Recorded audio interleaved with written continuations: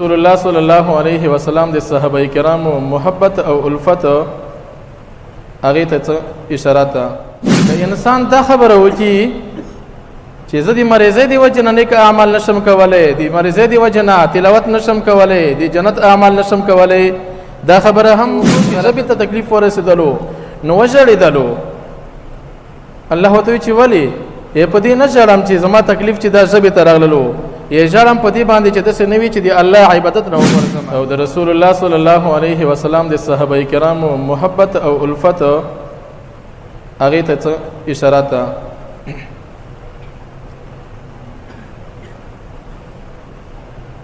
د دنیا زندگی چې ده، د دنیا زندگی د امتحانات ولی ده.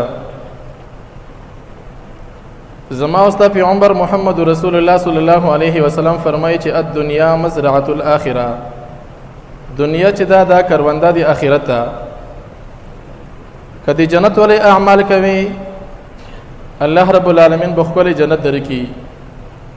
او کدی جهنم ولی اعمال کوي الله د جهنم وعده کړی ده. اوس که یو انسان په دې باندې دا خبره کوي چې زه غریب یم، د غریبۍ د وجه نه زیات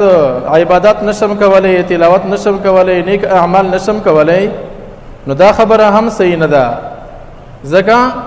عیسی علیه السلام چې کومه د غربت زندگی تیره کړې ده، کومه د غریبۍ زندگی تیره کړې ده، هغه د هیچا نه هم پټه نه ده. الله رب العالمین کوم مقام ورکړی ده.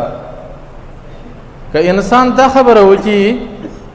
چې زه د مریضۍ د وجه نه نیک اعمال نشم کولی، د مریضۍ د وجه نه تلاوت نشم کولی، د جنت اعمال نشم کولی، دا خبره هم غلطه ده. ځکه ایوب علیه السلام شان ته وګوره څومره مریضي تېره کړې ده، 18 کاله په کټ پروت و، 18 کاله په کټ پروت و او فریاد یې هم نه کولو. او چې کله د هغه بیماري چې دا دومره جریان یې وکړو چې ژبې ته تکلیف ورسېدلو نو وژړېدلو. الله ته چې ولی په دې نه ژړم چې زما تکلیف چې دا ژبې ته راغللو، یې ژړم په دې باندې چې داسې نه وي چې د الله عبادت نه وغورځم.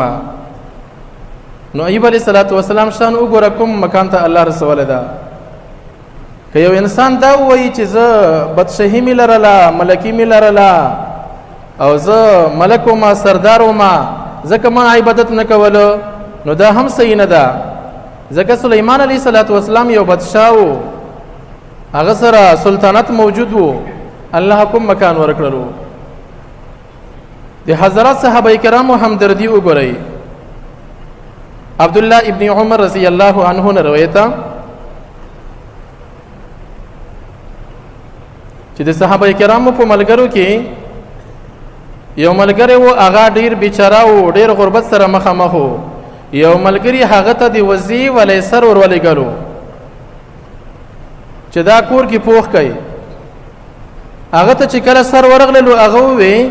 چې نه زما دومره ګزاره کېږي، زه پلنکي کور ته دا ورولېږئ. هغه پلنکي کور ته ورولېږلو. هغه ته چې کله ورغلو هغه بیا پلنکي کور ته ورولېږلو. د دې وزې سر چې دا په 2 کسانو باندې تاو راتاو شولو، آخر بیا دې ته راورسېدلو. صحابه کرام دومره همدردي ورکې وه، دومره صله رحمي ورکې موجوده وه، دومره عاجزي ورکې موجوده وه. دغه شانتي انس بن مالک رضی الله عنه نے روایت ہے، عائشہ صدیقہ رضی اللہ عنہا کی فرمائی چې د امهات المؤمنین د عائشہ صدیقہ روزه وا، جواب راکې چې وا آفرین. د عائشہ صدیقہ رضی الله عنها روزه وا، یو مسکین راغلو، یو غریب راغلو چې زه مجبور یم وګه یم، دروازه یې وټکوله چې ما ته خوراک راکړئ. او په دې وخت کې زما او د ستا مور محترمې د عایشې صدیقې رضی الله عنها په کور کې 21 ټکاله موجوده وه، یوه روټۍ موجوده وه، یو نغان موجود و. عایشه صدیقه خپلې خادمې ته وایي چې دغه یو نغان دې ته ورکه. خادمه ورته وایي چې امي تا خو روژه ده او روژه مات ته هم ټیم لږ ده، نو کور کې خو نور هېڅ نشته، بیا به څه کوو؟ یا د یو نغان ده ته ورکه، بیا به سره ګورو. امهات المؤمنین عائشہ فرمایي چې زما دی رب العالمین په ذات باندې قسم وي چې ډېر لږ ټیم پاتې وو مخام نږدې و دروازه وټکېدله او داسې نااشنا کس راغللو چې هغه پرې کې زمونږ ګمان هم نه و چې دا به صدقه کوي وځای چې دا هغه علاله کړې وه هغه یې ورته کړې وه هغه یې په خانه کې نیولې وه زمونږ کور ته یې راوړله الله قرآن کریم ځکه قرآن کریم کې الله فرمایي ويؤثرون على انفسهم ولو كان بهم خصاصه هغوی به غوروالی ورکولو په خپل ځانونو باندې اگر که دوی به مجبوره وو په خپله به مجبوره وو بل ته به غوروالی ورکولو خپله به لوږه تېروله بل ته به چې دا مینه ورکوله ترمذي شریف حدیث ده ابو هريره رضی الله عنه نه روایت ده رسول الله صلی الله علیه وسلم ته یو انصاری راغللو عارض یې ورته وکړلو د خپل لوږې شکایت یې ورته وکړلو چې د الله نبی ډېر لوږی یم مجبوره یم رسول الله ټول وایي صلی الله علیه وسلم خپلې بیبي ته جواب ورولېږلو چې که په کور کې څه موجود وي بیبي جواب راولېږلو چې په کور کې صرف اوبه لرم نور هېڅ نه لرم رسول الله صلی الله علیه وسلم دویمې بیبي ته جواب ورولېږلو چې یو غریب محتاج انصاري راغلی ده وږی ده حالات یې ډېر خراب دي کور کې څه شته او که نشته دویمه بیبي هم جواب ورلیږي چې په کور کې صرف اوبه موجودې دي نور هېڅ نشته دریمه بیبي څلرمه بیبي پنځمه ټولو بیبیانو باندې جواب دا راغللو چې په کور کې صرف اوبه لرو نور هېڅ نه لرو زمونږ د ستاسو د محمد رسول الله صلی الله علیه وسلم د ازواج مطهراتو کورونه وګوره د هغوی هغه غربت زندگی وګوره هغه غریبانه زندگی وګوره آخر کې رسول الله ورته فرمایي چې صحابه په تاسو کې څوک شته چې دغه انصاري مېلمه کې یو صحابي ورته وفرمیل چې د الله نبي زه به مېلمه کړمه کور ته چې بوتللو ډیوه یې مړه کړله مخکې نه یې بیبي ته ویلي و چې په کور کې څه شته بیبي ورته وایي چې دومره څه دي چې زه یې وخورم بچي مې وخوري نور په کور کې هېڅ نشته خیر ده داسې وکړه چې کله مېلمه ته روټۍ کېدوي په دې ټیم کې اسې په غلطن باندې په د ډیوې کې لاس ویا چې د ډیوه مړه شي چې مېلمه پوه نه شي او ته هم لاس سره ویا زه به هم لاس ویم چې هغه ته دا احساس ونه شي چې په کور کې نور څه نشته دی به ځان موړ کې خیر ده که مونږ وږي پاتې شو الله رب العالمین قرآن را واستولو چې صحابهو کې داسې صحابه هم شته چې په خپل ځان باندې نورو ته غوروالی ورکوي خپل ځان په لوږې کې پرېږدوي نورو ته چې دا مړښت ورکوي دغه شانتې حذیفه عدوي فرمایي چې د جنګ یرموک په موقع باندې زه ووتلم د خپل وراره پوښتنه مې کوله تلاش مې کولو چې صحابه کرام ملګري خو ډېر شهیدان شوي دي او ډېر زخمیان شوي دي د وراره تلاش به وکړم چې دا په کوم حالات کې ده د جنګ یرموک په موقع باندې چې ووتلم وراره باندې مې سترګې ولګېدلې په حالات ځنکدن کې و ساسا کېدلو ما سره لږې اوبه هم وي ما ورته وی چې ای وراره اوبه څکې یې اشاره یې راته وکړله زه چې کله وراره ته ورروان شولم په دې وخت کې بل ملګري اواز وکړلو هغه هم زخمي و چې ما ته اوبه راوړه وراره راته وویله چې اخ ته اوبه وروړه هغه ته مې چې وروړلې بیا بل اواز وکړلو هغه نه بعد کې بل اواز وکړلو اوو کسانو اواز وکړلو آخر چې زه خپل وراره ته رسېدلم انا لله و انا الیه راجعون هغه په شهادت باندې رسېدلی و د حضرت صحابه کرامو مینه وګوره او یمونږ تاسو خپله زندګي نن سبا وګوره ما او تا په ګاونډ کې څرنګې زندګي تېروو په خپل کلي کې څرنګې زندګي تېروو خپلوانو سره څرنګې زندګي تېروو یتیمانو سره څرنګې سلوک کوو کونډو سره څرنګې سلوک کوو او ما او تا ته د حضرت صحابه کرامو د دې تعلیماتو نه کوم تعلیم میلاو ده انس بن مالک رضی الله عنه نه روایت چې رسول الله صلی الله علیه وسلم سره ناستو رسول الله صلی الله علیه وسلم وفرمایلو چې حضرت صحابه کرام اوس یو کس سره نوځي هغه جنتی ده چې کتنو په انصارو کې یو شخص سره ننوتلو لاس کې چپل نیولی وو او تزاده ګیرې نه یو بڅ څېدلی او داسې کړی وو رننوتو داخل شولو دویمې ورځې باندې بیا نبي علیه السلام وفرمیلو چې اوس یو جنتي شخص سره نوځي بیا هغه شخص سره ننوتلو په درېمې ورځې باندې بیا راننوتلو. عبد الله ابن عمرو ابن العاص رضی الله عنه فرمایي چې زه په دې مجلس کې وم، په درېمې ورځې باندې غلی غوندې جګ شولم. دې انصاري ته مې وویل چې ای انصاري، ما خو په کور کې جګړه کړې ده او قسم مې کړی ده چې څو شپې به کور ته نه ځم. جواب راکوي 3 شپې به کور ته نه ځم، او که تا خوښه وي کور کې مې 3 شپې مېلمه کا. ډېره ښه ده، جګړه یې نه وه کړې، خفان نه و. اوس دغه انصاري دغه احوال ګوري،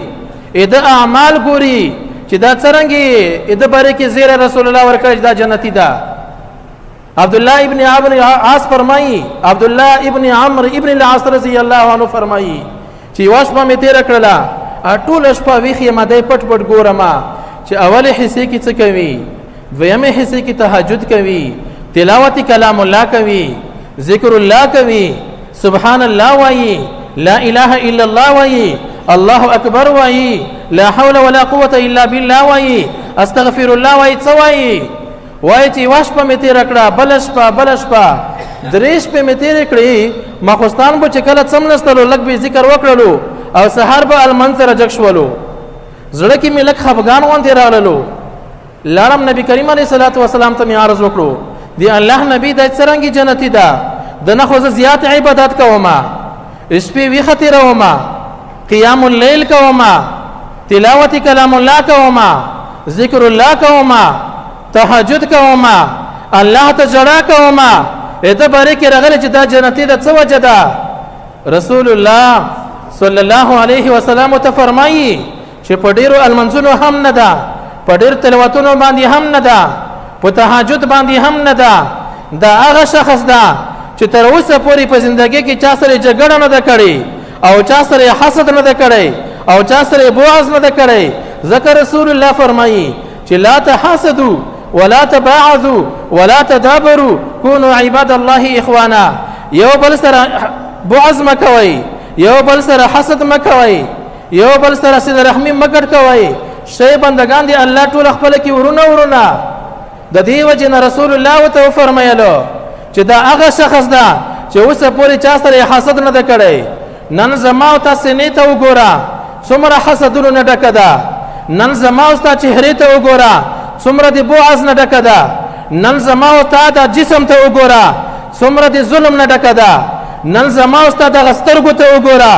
څومره د ظلم نه ډکې دي، نن زما او تاسو د زبان ته وګوره څومره د پردي ورور په مسلمان ورور په غیبتونو باندې مصروفه ده، نن زما او تاسو د ذهن ته وګوره څومره د خلکو په بدګمانۍ کې غلط استعمالوو، نن زما او تاسو د لاس ته وګوره څومره په ظلم سره استعمالوو، نن زما او تاسو د معاشري زندگی ته وګوره او ګاونډي زندگی ته وګوره څومره خلک رانه خفا دي. هیڅوک نشته چې په معاشره کې هغه وایي چې ما ټول خلک خوشاله دي. د حضرت صحابه کرامو زندگی وګوره، د هغوی اخلاق مطالعه کا.